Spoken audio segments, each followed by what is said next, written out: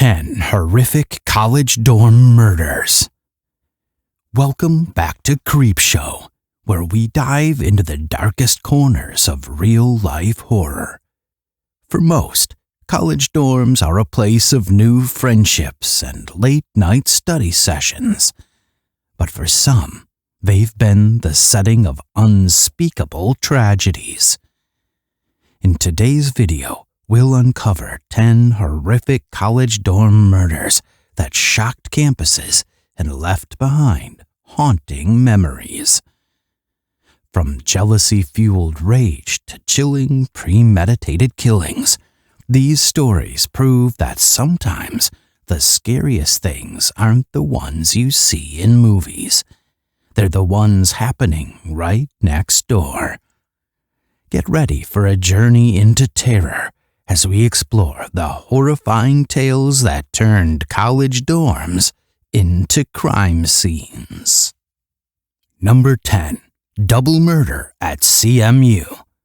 March 18, 2018 was another day at Central Michigan University, a public school with thousands of students but a small name. James Eric Davis Jr., 20, looked like many CMU freshmen, but had a severe mental disorder. On March 17, James was hospitalized after swearing that unidentified people were trying to kill him. Davis escaped the hospital on foot after being arrested, but was caught and returned. The next day, James' parents from suburban Chicago arrived in Mount Pleasant, Michigan. Mother and kid planned to return home for spring break. James, his father James Eric Davis Sr., a part-time police officer, and his mother, Diva Janine Davis, packed on CMU's Campbell Hall's 4th floor during the morning of March 18. At 8:30 a.m., James Jr. shot and killed James Sr. and Diva with his father's firearm. James Jr. led authorities on a 15-hour campus manhunt after the killings. Judge Eric James ruled on January 25, 2019, that James Jr. was mentally ill when he committed the act. James was ruled not guilty by reason of insanity in the competence hearing and will not be tried. 9. Professor Murderer. In 2005, University of Arizona professor Robert Bechtel wanted to attend his 50th class reunion in Pennsylvania. Professor Bechtel attended Swarthmore College in the mid-1950s. This is usually unnewsworthy. Bechtel had shot and murdered a classmate in 1955, and many of his friends didn't want a killer at their reunion. Bechtel went public after notifying the University of Arizona administration, where he had taught environmental psychology since 1976. Bechtel attributed everything to bullying. Bechtel was a 22-year-old doing the difficult job of dormitory proctor in 1955. He kept students in line, and like today, 1950s students didn't respect proctors. The fact that shy, bookish Bechtel had been bullied since age 4 made matters worse. Bechtel had enough of disrespect. Students would urinate on his bed and leave it on the quad, he remembered. He recalls hearing students shout, "Bechtel will eat shit," as he walked the dorm. During winter break, 1954 to 1955, Bechtel bought 2 guns at home. His goal was to shoot the bullies and silence them. Bechtel did that. He shot 18-year-old Francis Holmes Strozier to death on January 12, 1955, while the supposed bully slept in his dorm room. Before handing himself in, Bechtel fired 5 shots into a dorm closet. A psychiatrist questioned Bechtel in jail. The physician deemed Bechtel incurably insane, and the future Arizona professor was sent to Fairview State Hospital for the criminally insane for life. After 5 years and a brief trial, Bechtel was released into civilian life in 1960. 8. Super Crazy Boyfriend. Don Gregorio Orestieta was never Boyfriend of the Year. Most sources describe Orestieta as envious and irrational. 19-year-old Orestieta dated 18-year-old Carly Hall in 2015. Orestieta usually accused Hall of infidelity, making their relationship difficult. Not infidelity drove Orestieta to kill Carly on February 8, 2015. Noodles broke the camel's back. After arguing over spilled noodles, Orestieta attacked Hall, a freshman at Millersville University in Lancaster, Pennsylvania, in her dorm room. Orestieta was CPRing the lifeless Hall when paramedics came. Hall died hours before 911 was called. The jury convicted Orestieta of third-degree murder on May 2, 2016. Although the jury felt Orestieta beat and strangled Hall with malice, they did not believe the killing was premeditated. Assistant District Attorney Susan Ellison and Judge Donald Totaro agreed that Orestieta's behavior after Hall's death, including watching rap videos on YouTube immediately after the strangulation, ignoring knocks on Hall's dorm room door, and blaming Hall for his own actions, showed a cold and callous personality. For his crime, Gregorio Orestieta received the maximum 20 to 40-year sentence. 7. A murder and a cover-up. Universities should notify students of campus murders. EMU disagreed, and after Laura Dickinson's murder, the school tried to keep silent. Michelle Lockwood, a Hill Hall custodian, found 22-year-old Dickinson's face down on her bed and nude from the waist down on December 16, 2006. Investigators found Dickinson's pillow and semen on her leg in room 518. This semen was matched to Orange Amir Taylor III, an EMU student. EMU didn't tell students or Dickinson's parents about this crime for 10 weeks. The atrocity was revealed after Taylor's February 23, 2007 arrest.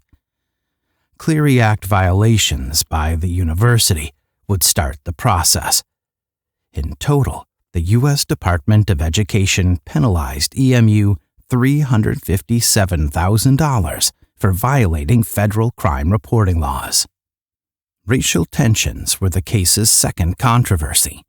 A hung trial in Taylor's first trial resulted in a mistrial, despite strong evidence that Taylor, a black man, broke into room 518 to rape Dickinson, a white woman.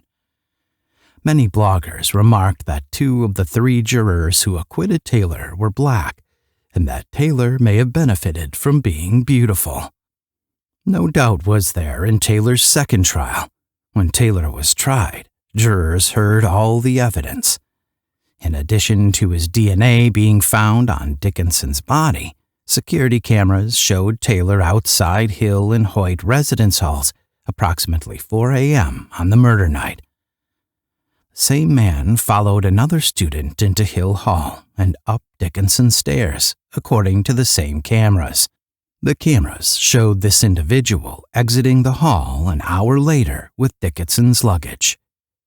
Orange Taylor was convicted of first-degree criminal murder, theft, assault with intent to sexually penetrate, and house invasion on April 6, 2008. Taylor claims innocent despite his life sentence without parole. 6. Ice-cold case. The University of Alaska Fairbanks all-female Bartlett Hall inhabitants were surprised when the janitor screamed out of a lavatory at 2 p.m. on April 26, 1993. The janitor panicked because student Sophie Ann Sergi was dead in the bathroom, police subsequently learned. It was obvious she was a homicide victim. A semi-private room with a bathtub held Sergi's body on the second level. Sergi was discovered with her pants around her ankles, a shooting and stab wound to the face. An autopsy found Sergi's body in the bathtub for 13 hours. The same autopsy found that Sergi, a 20-year-old Pitkas Point, Alaska native, was sexually abused by her killer. Sergi died from a .22 caliber headshot. More than 2 decades passed before Sergi and her family received justice. The Maine State Police Tactical Team arrested Auburn resident Stephen Harris Downs for first-degree murder in February 2019. Alaskan detectives thought Sergi's killer was a student or university employee for years. They also thought the killer disliked women and planned the crime. In 2010, cold case investigators interviewed Downs' former roommate and learned that he was sacked from his UAF security guard position when a .22 caliber pistol was found in his possession. From 1992 until 1996, Downs attended UAF. Then he lived in Arizona before returning to Maine. He retired as an Auburn nurse. Downs, who had no arrest record before this year, undoubtedly found Sergi smoking in the second-floor restroom. Her habit. The murder is under trial. 5. Harvard goes crimson. Has a nasty roommate existed? Even still, Sinedu Tedeschi is definitely your worst roommate. Tedeschi was well until 1995. Conflict shaped Tedeschi's early years in Addis Ababa, Ethiopia, in 1974.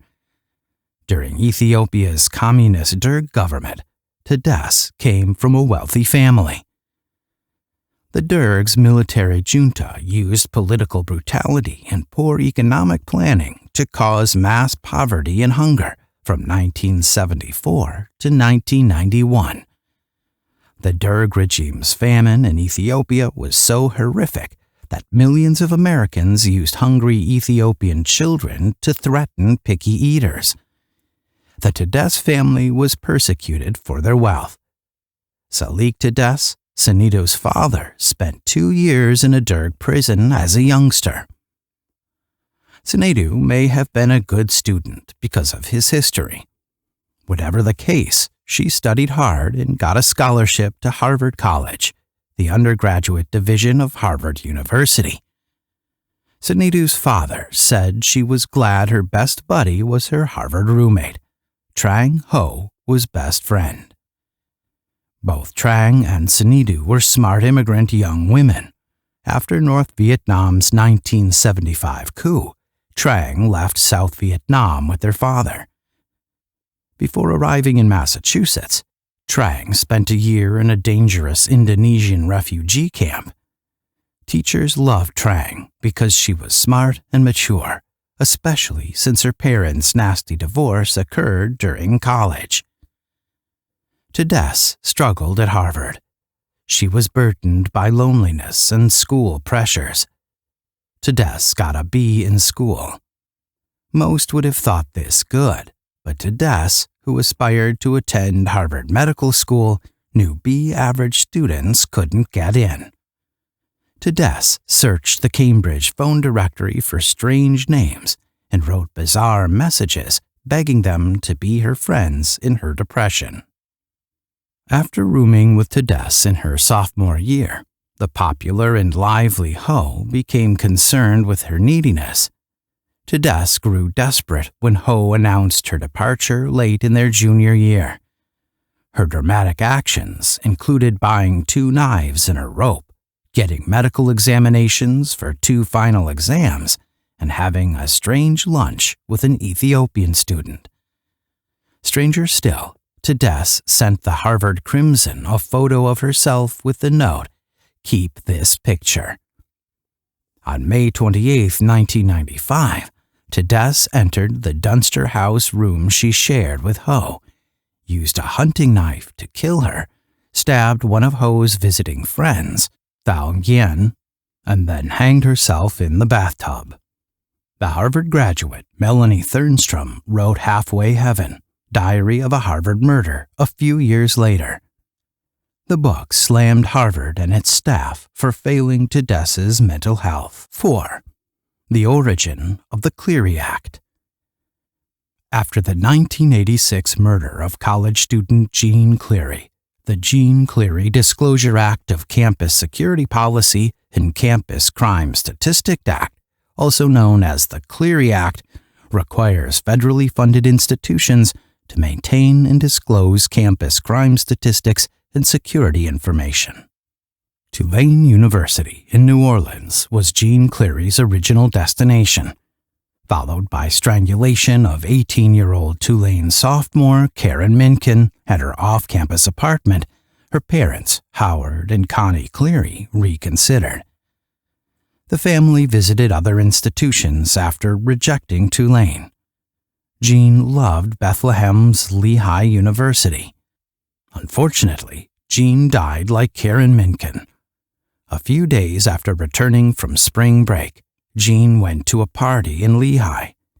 In her Stoughton Hall dorm room, Jean, 19, slept. 20-year-old former sophomore Joseph Henry of Newark, New Jersey, entered Stoughton Hall through 3 pizza box prop doors that night. Henry attempted many second-floor doors, but they were locked. His first third-floor door was Janine's.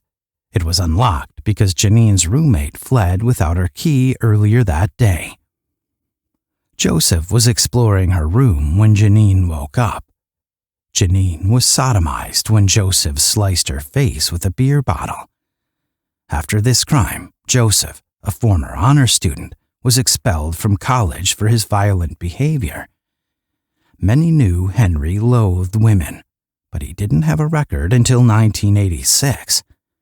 Joseph Henry was sentenced to death, but it was overturned in 2002. Henry chose to serve his life in prison rather than face a second death sentence. They believe their daughter's death could have been prevented. Lehigh was criticized for weak security and failing to warn parents and kids that Bethlehem's violent crime rate had been growing for years. 3. Hear nothing. Silence. Gallaudet University is special in D.C. Why? As one of the few nationally sponsored deaf and hard-of-hearing universities, 2 Gallaudet murders between September 2000 and February 2001 raised suspicions of a hate crime. First, 19-year-old Eric Plunkett died. On September 27, 2000, Minnesota native Plunkett was battered, strangled, and chaired. Dorm room death. Deaf and gay, Plunkett was the university's LGBT Association secretary.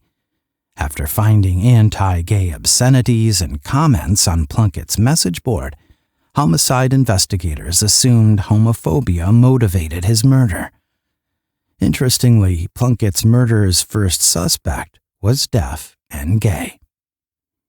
The second Gallaudet student to die was 19-year-old San Antonio resident Benjamin Varner.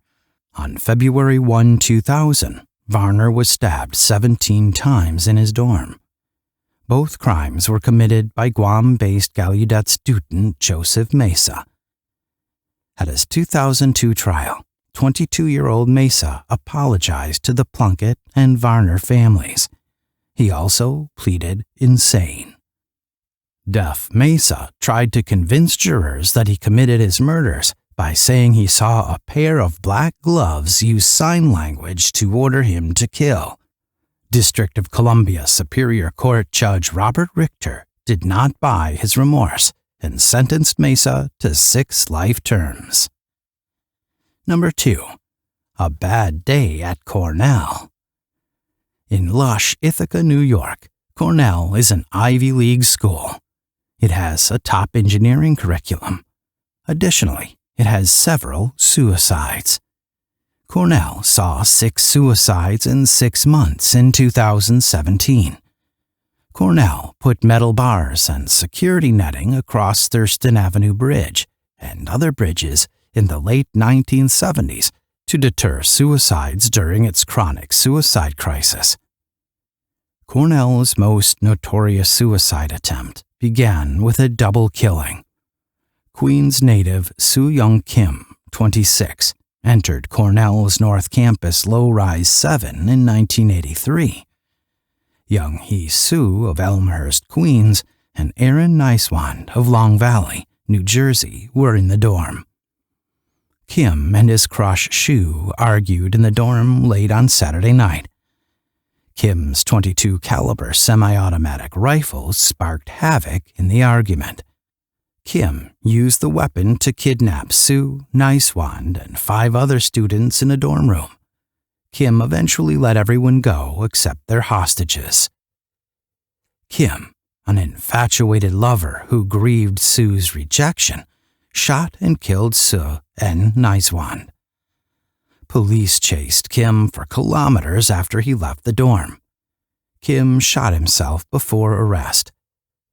The Upstate Medical Center in Syracuse, New York, received him when he survived. Kim was sentenced to 25 years for second-degree murder. After Kim's release, Judge Betty Friedlander advised deportation to South Korea. Its insufficient security led the Niswand family to sue him and Cornell University. Number 1. Worst roommate ever. In Guangxi Zhuang Autonomous Region, China, Ma Jiazhu was born in a poor village.